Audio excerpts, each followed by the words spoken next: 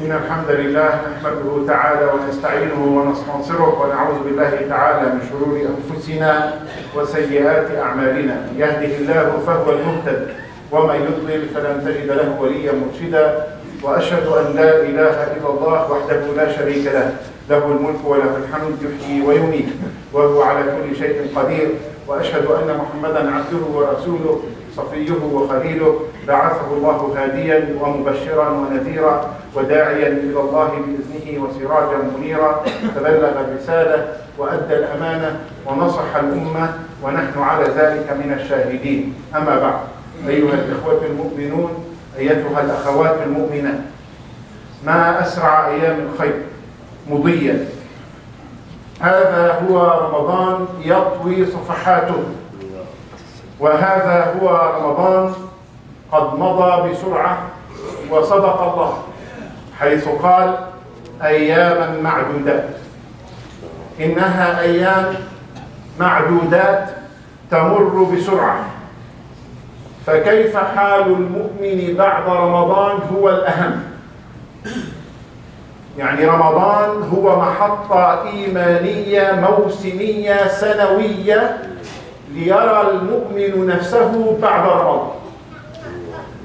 فالمسلم بعد رمضان على ثلاثة أحوال: إما مسلم جاءه رمضان وانصرف عن رمضان فكأنه لم يأتي ولم يغادر، فلم يزدد من الله قربا، فهذا قال عنه النبي صلى الله عليه وسلم عندما صعد المنبر، صعد أول درجة فقال آمين، صعد ثاني درجة فقال آمين، صعد ثالث درجة فقال آمين، فقال ثم نزل. فقال الصحابة: يا رسول الله، ما سمعناك تقول مثل ما سمعناك اليوم، فلماذا آمين؟ قال: آتاني جبريل أو عرض علي جبريل فقال: بعد من أدرك رمضان ولم يغفر له، فقلت آمين.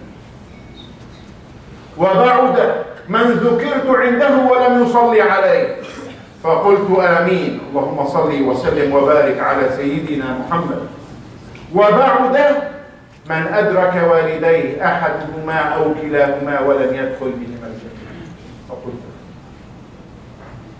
Dear brothers and sisters, the days of good fly so fast.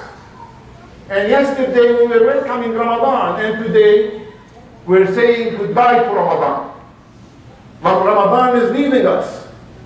And today is the last Friday in Ramadan. And yesterday was the night, yesterday was the night of Laylatul Qadr. So, as Allah subhanahu wa ta'ala described the month of Ramadan, ayyam ma'dudat. Ayyam that it's countable, it can count very easy because it's a few days. And you see it. It goes. It goes very fast. So brothers and sisters, Ramadan is a station to look at yourself after Ramadan. Ramadan, Allah subhanahu wa ta'ala designated this station to equip yourself, not only in Ramadan, is to maintain what you have obtained, to maintain what you have done in the month of Ramadan. The issue is not to collect hasanat only. The most difficult issue, more than collecting hasanat, to maintain this hasanat and to keep this hasanat. Getting hasanat, Allah subhanahu wa ta'ala gives hasanat a lot. Allah subhanahu wa ta'ala in Laylatul Qadr by itself more than 83 years. As we have said, Prophet ﷺ looked at the ages of the people before him, and he saw the ages of the people before us. They used to live for years. And he saw the age of his ummah from 60 to 70. That the age, whatever you've done, it will be not that much. If you sleep 8 hours, if you live 60 years, and you live and you sleep 8 hours, that you're sleeping 20 years from the 60 years. And you grow up 15 years, so 35 years. What is left? From the 60 years, the actual time is the 25 years. So the Prophet ﷺ looked at the ages of his ummah and he saw it little. So Allah subhanahu wa ta'ala gave him ikram. Give his ummah ikram. So because the people, the nations used to live for years, and if they're doing good, so they will do it for years. So Allah subhanahu wa ta'ala gave him this token from Allah subhanahu wa ta'ala, Laylatul Qadr, that it will be equal to 83 years of ibadah. So this is the mawasim al-khayr. So some people, they think that is only collecting is the issue. Collecting, no, Allah subhanahu wa ta'ala is generous. Every step you step it today to the masjid, every round tire in your car that goes, that Allah subhanahu wa ta'ala generous will give you inshallah reward for that, because you're coming to the masjid. And when you come to the masjid more often, that Allah subhanahu wa ta'ala will multiply your darajat and will erase your sayyat. So collecting is something that open for us. But the issue now, how to keep it, how to maintain them, how to keep them. This is the issue, because they might be evaporated. Then you have to ask yourself, how I'm gonna act. This is a serious question, and it is not an easy question. How I'm gonna act after Ramadan, and what's the Ramadan benefited me? This is the question. So if Allah subhanahu wa ta'ala gives you the ability to maintain this rewards that you gain in the month of Ramadan, and you kept them, and you maintain them, and you increase them during the 11 months, then you really got Ramadan. You really understood what is Ramadan. Ramadan was a victory month. What is the victory? We see all the battles, the serious battles, and the most important battles that was done in Ramadan, Badr or Fath Mecca, and other important battles, it's happened in Ramadan. This is a victory toward the enemies of Allah subhanahu wa ta'ala. And this is also will be victorious over yourself. This is another victory. That how can you overcome your shortcomings and overcome your shaitan. The bad spirits that always want you to be astray. Then this is the key. Now the key, how you're going to act after Ramadan. And I'm going to be honest with you. Muslims after Ramadan, 3 categories. People get tired, so tired, and fasting and stopping, and after that, they stop.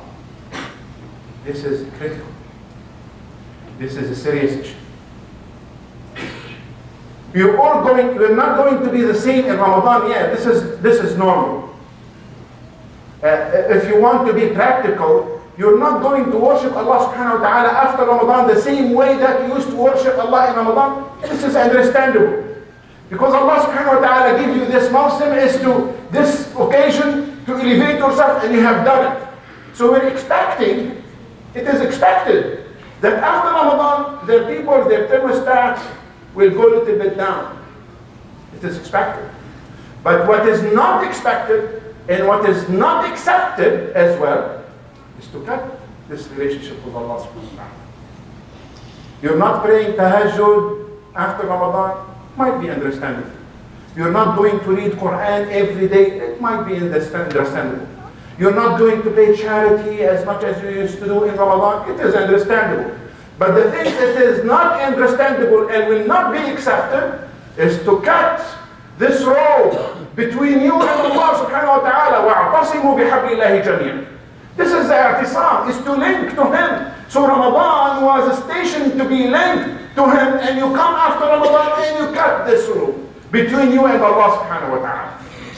Therefore the Prophet ﷺ, when he was going to the minbar, he said, bring the minbar to me. They brought the minbar, and he put his foot on the first step on the minbar, and he said, Ameen. And second step, he said, Ameen. The third step, he said, Ameen. And he went down. The Sahaba, they said, Prophet, you did something today, you have never done it. To go to the minbar that fast, and to say Ameen, Ameen, and you come back without telling us anything. So this is the first thing that we have seen. Said, what is Ameen? Prophet ﷺ said, عرض علي جبريل. Jibreel passed by me. And he made dua. Jibreel making dua. Look who's making the dua. Jibreel making the dua. And who's making Ameen? Who's saying Ameen? Our Prophet saying Ameen. He said, Ba'ud. He will be fast. Not close to Allah subhanahu wa ta'ala. The one who witnessed Ramadan and was not forgiven. You lost great opportunity. If you're not forgiven, this is in this month, then you lost really something happened. If someone telling you all your debt and all your problems will be erased if you have done something. If someone coming to you now and telling you, Muhammad or Ahmed or Abdullah, all your debt, all your problems, it will be erased. It will be deleted. If you have done one thing, if I tell you to do one thing, would you do it or not? Yeah, you will do it. And Allah subhanahu wa ta'ala telling us, take this opportunity and do not delete it. And you know, there were a lady in Mecca. She keep herself knitting and doing sweater from the day, from the morning till the night. And when the night comes, she keeps herself busy and doing all this sweater, and it's not easy to do it by hand. And after she finished, she destroyed what she has done. And Allah subhanahu wa ta'ala tells us her story in the Quran. وَلَا تَكُونُوا كَالَّتِي نَقَضَتْ غَزْلَهَا إِنْ. So don't be similar to that lady who have done all her beautiful sweater, and in the end of the day, she destroyed what she has done. We don't want to be like that. So when Prophet ﷺ saying, and Jibreel making the dua, and Prophet ﷺ saying, Ameen, this is serious. And the second verse of the Prophet ﷺ said, Ameen, about the one that when you hear the name of the Prophet ﷺ, and you don't say Sallallahu Alaihi Wasallam. He said, he will be away from the mercy of Allah subhanahu wa ta'ala, the one who hear his name, your name, and will not say Sallallahu Alaihi Wasallam. And the third one is being nice to your parents. One of them, or most of them, if they are alive, and if they do not enter your Jannah, he said, Ameen. So they are the cause of you to enter Jannah. So this is the first category of Muslims. Brothers and sisters, please, after Ramadan, ask yourself, am I praying 5 daily prayers? That's it. You know this Bedouin man? He came to the Prophet ﷺ, a Bedouin man. He doesn't have a PhD from Harvard. He's not graduated from Sorbonne University in France. He is coming to the Prophet ﷺ straight. And he was straight, as the Bedouin style. They're little tough. And they are to the point. He said, what should I do in Islam? He said, to say, Ashhadu an la ilaha illallah wa anna Muhammadan Rasulullah. He said, more than that? He said, no.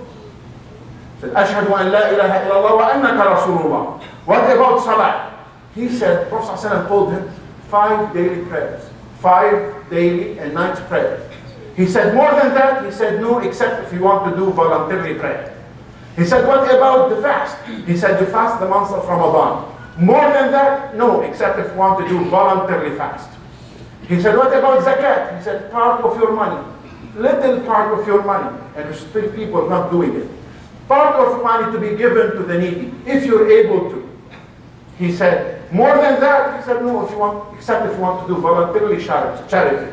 He said, what about Hajj? He said, you do a Hajj one in your entire life if you're able to. He said, more than that? He said, no, except if you want to do voluntarily Hajj. This Bedouin, while he was leaving, he said something very interesting. He said, I swear by Allah. I swear by Allah. I'm not going to do more than that, nor less. Not more than that, nor less.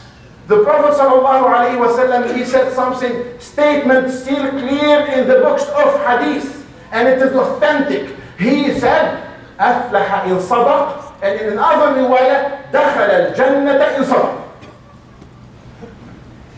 He will enter Jannah if he was truthful. If he has done what he was mentioned. So brothers and sisters, ask yourself after Ramadan, did you cut this rope with Allah, or you still praying? To me, if you're praying all tahajjud, and according even to the hadith and to the teachings of the fuqaha, they said, if you're praying all kind of tahajjud and all kind of taraweeh, and you did not pray fajr,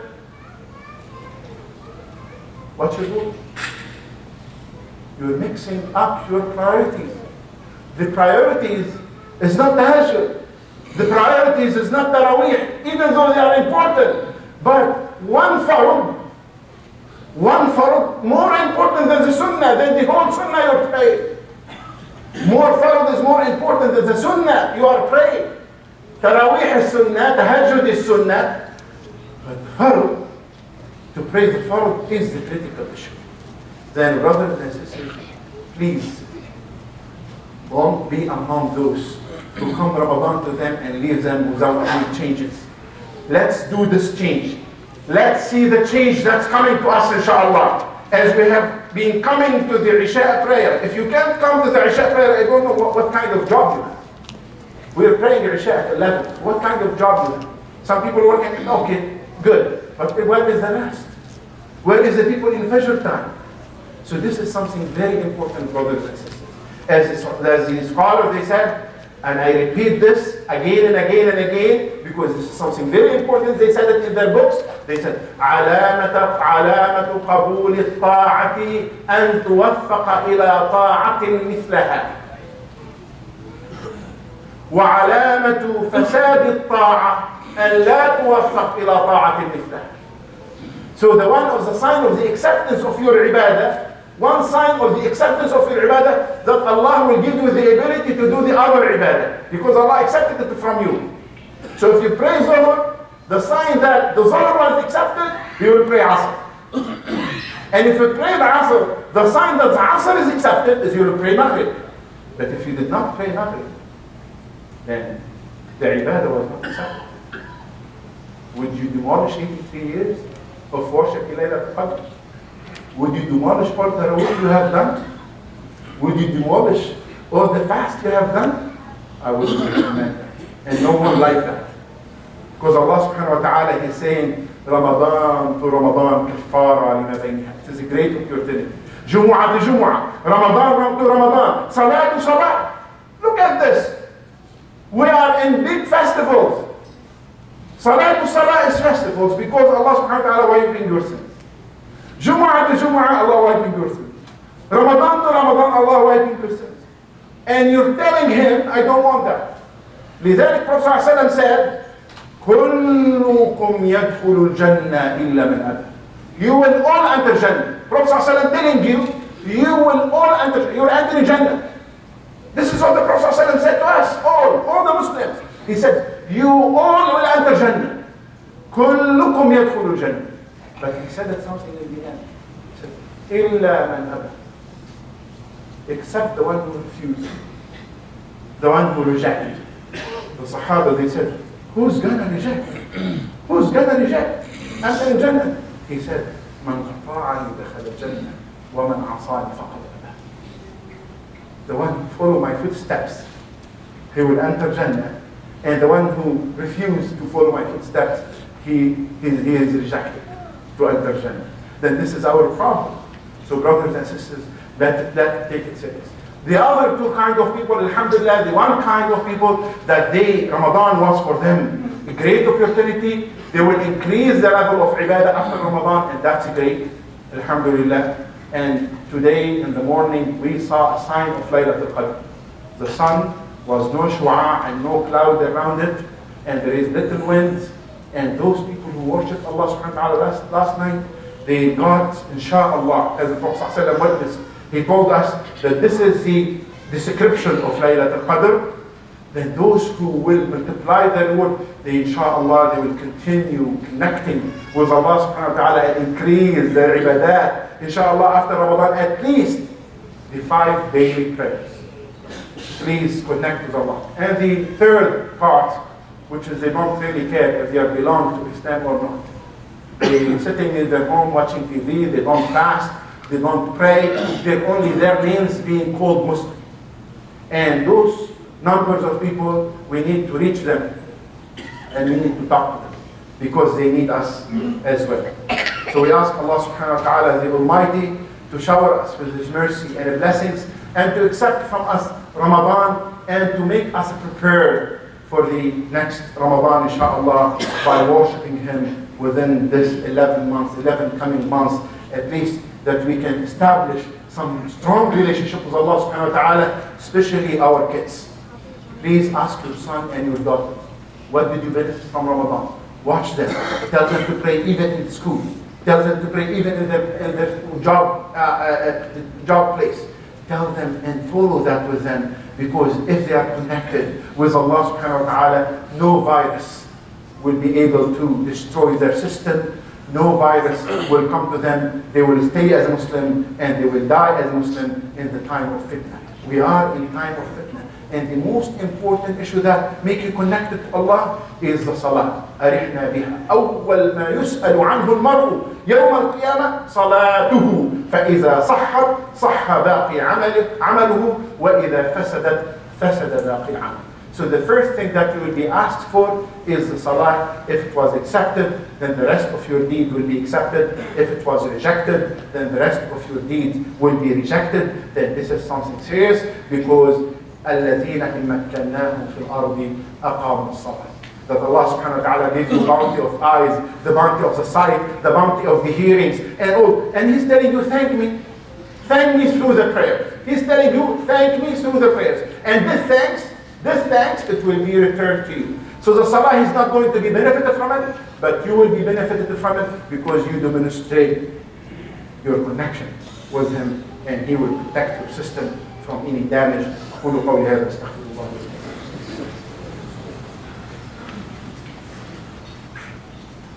أستغفرك ربي لا أحصي ثناء عليك أنت كما أثنيت على نفسك، وأشهد أن لا إله إلا الله ولي الصالحين، وأشهد أن محمدا عبده ورسوله. عباد الله اعلموا أن الله قد أمركم بأمر عظيم بدأ به بنفسه وسن به على ملائكة عرشه وسلس به على عباده الصالحين، فقال عز من قائل إن الله وملائكته يصلون على النبي يا أيها الذين آمنوا صلوا عليه وسلموا تسليما. اللهم صل وسلم وبارك على هذا النبي الكريم وعلى من سار بهديه بإحسان إلى يوم الدين. وارض اللهم عن الخلفاء الأربعة أبي بكر وعمر وعثمان وعلي، واجعلنا اللهم في زمرتهم يوم لا ينفع مال ولا بنون إلا من أتى الله بقلب سليم. Dear brothers and sisters, that Allah subhanahu wa ta'ala put in this ummah on trial, because as we have mentioned, there is some lack in the communication and connection with Allah subhanahu wa ta'ala. What's going on in Iraq is unacceptable. The Christians, they have lived with the Iraqis, Muslims, for a long time. To be kicked out of Iraq from their homes, this is not attitude of the Muslims. And the fitna between Sunnah and Shia also in Iraq, it is big fitna, especially in the month of Ramadan. We live together, Sunnah and Shia, for centuries. They do have their iman, their faith, their beliefs, their ideologies, which is, we lived with them for years. And we used to have our as beliefs. So there were respect between the both parties. But the way that is going on in Iraq now, fitna, it is a danger one. And the people who are really knowledgeable, they have to stop this kind of fitna by words, by any means, because we were asked when we see a corruption to stop it and to refuse what's going on there, because this is not from Islam. And as well as what's going on in Syria, this is also is not acceptable, so we have to raise our voice and say stop the corruption and killing for the innocent people, and as well as what's going on in Gaza. The Zionists, the Sahyuni group, they're still killing the innocent people and launching them in Ramadan with heavy weapons, and they need your support. As we have heard that there is a rally, even though the rally won't not put a lot of effect, but as a symbolic stand to say we reject what's happening there and support them in all means. Their kids, they don't have what your kids have. So let their Eids as well be enjoyable, even so it's difficult, but do your share, do your part, because Allah subhanahu wa ta'ala will ask you what you have done when you see this kind of problems going on. He will ask you about that, and we have to show, demonstrate that the care and support to our families over there. اللهم برحمتك نحدث وعليك نتكل، لا تكلنا لأنفسنا طرفة عين، واخذ بناصيتنا إلى الخير. اللهم إنا نسألك من الخير كله عاجله وآجله، ونعوذ بك من الشر كله عاجله وآجله. اللهم ثبت قلوبنا على دينك. اللهم يا مقلب القلوب ثبت قلوبنا على دينك. اللهم يا مقلب القلوب ثبت قلوبنا على دينك. اللهم قوي إيماننا، اللهم قوي إيماننا، ألف بين قلوبنا، وحد صفوفنا، اجمع كلمتنا. اللهم إنا نسألك رحمة واسعة تتغمد بها أولنا وآخرنا. اللهم تقبل منا الصيام وأعنا على عبادتك بعد الصيام. اللهم إنا نسألك الثبات على العبادة. اللهم اجعلنا من الذين يستمعون القول فيتبعون أحسنه. اللهم أرنا الحق حقا وارزقنا اتباعه، وأرنا الباطل باطلا وارزقنا اجتنابه. اللهم إنا نسألك أن تحبب إلينا الإيمان، وأن تزينه في قلوبنا، وأن تحبب إلينا الطاعات، وأن تحبب إلينا الصلوات، وأن تزين ذلك في قلوبنا وعلى أعمالنا، وأن تكره إلينا الكفر والفسوق والعصيان، وأن تجعلنا ربنا من الراشدين. اللهم إنا نسألك أن ترفع عنا البلاء، وأن ترفع عنا تسلط الأعداء. اللهم إنا نسألك ربنا الوحدة، ونعوذ بك من الفرقة. اللهم إنا نسألك ربنا تطهيرا لنفوسنا وقبولا لصيامنا ودعائنا وصلاتنا. اللهم لا ترد ذلك في وجوهنا يوم نلقاك. اللهم إنا نسألك أن تجعل القرآن الكريم ربيع قلوبنا ونور صدورنا وجلاء همومنا وأحزاننا. اللهم ذكرنا منه ما نسينا، واجعله حجة لنا يوم القيامة، ولا تجعله حجة علينا. وارزقنا تلاوته آناء الليل وأطراف النهار على النحو الذي يرضيك عنا. اجعلنا ممن يقيم حروفه وحدوده، ولا تجعلنا ممن يقيم حروفه ويضيع حدوده، برحمتك يا أرحم الراحمين. ارفع الكرب عن أهلنا في غزة، ومن أراد بمسجدك الأقصى خيرا فوفقه لكل خير، ومن أراد بمسجدك الأقصى سوءا فخذه أخذ عزيز مقتدر. ارفع الفتنة عن أهلنا في العراق، وارفع الفتنة عن أهلنا في سوريا. ألف بين قلوبنا. ربنا إنك على كل شيء قدير. نسألك حكاما صالحين مصلحين، ونعوذ بك من الحكام الفاسدين والمفسدين. ولي أمورنا خيارنا، ولا تولي أمورنا شرارنا، برحمتك يا أرحم الراحمين. وقوموا إلى